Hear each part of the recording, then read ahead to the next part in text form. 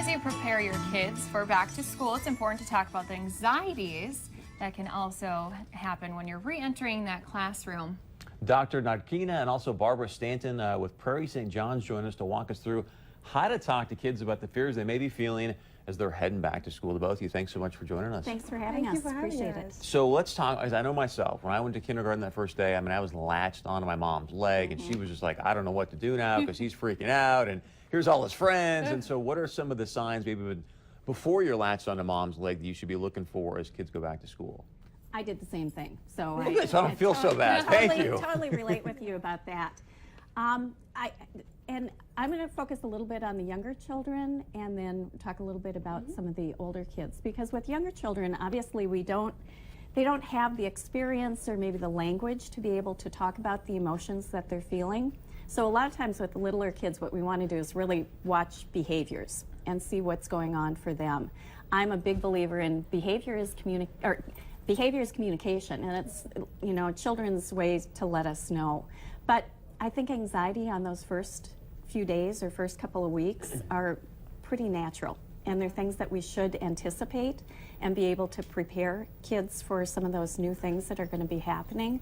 But with the little people, watch for those behaviors, watch for that, maybe a child who's clinging or having difficulty sleeping in their own bed, things like that that can be going on. Give it a little bit of time to see what's going on, talk to your child, know them, and then play detective, because like I said, little ones are not so good at being able to say, gee, you know, at school today this little boy was really nasty to me, and I think that's the reason I'm feeling a little upset and anxious. Instead, you're going to have somebody who's going to be clinging to mom's leg and try to figure it out. Well, and with that, we talk about some of the older kids. I mean, I would presume, at least for myself, I know when I got to be a teen, I didn't want to go home and talk about issues I was having at school. So I think the other problem is you almost get somewhere inward, if you will. So how do you kind of draw that out of your kids if they're having anxiety? I think it's very important to know where they're coming from. So just imagine you have a summer break when you're not doing anything. You are the judge of what you want to do, when you want to get up, when you want to sleep. And then you go back to school. It's normal to not want to do that. It's normal to feel nervous, to make new friends, to prove yourself all over again. Yeah. So it is going to be hard. And if parents understand that, they can deal with it much better. Just to have a parent who understands what I'm going through helps a great deal. So I think that's going to be the best thing to do. Well, and I know there's so much expected from kids in school too, and no matter if they're just starting, I mean, it's a whole new schedule and, you know, switch. And then also if they're older, I mean, there is a lot of weight on your shoulders, you know, preparing for college or something like that. I'm sorry. I think adolescents, sorry. I mean, in my work at Prairie, we always ask parents to think about their own teenage years, how difficult it was. I mean, you're trying to find yourself, you're trying to prove yourself. It is going to be a difficult phase. And so I think a lot of that plays into, you know, maybe them being irritable sometimes when you don't see why that's happening.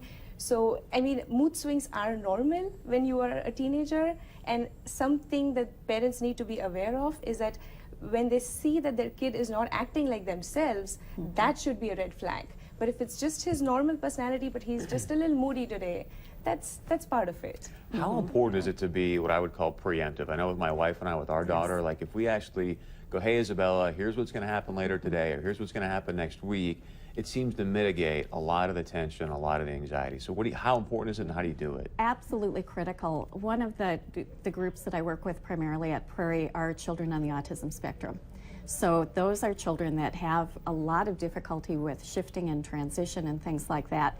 And I say to a lot of parents, the kinds of things that we recommend for those kids are things that work for all children. And for adults too. If we know what to expect, if we know what's coming up, I encourage parents to go to the school ahead of time if they can meet. The teachers are usually there.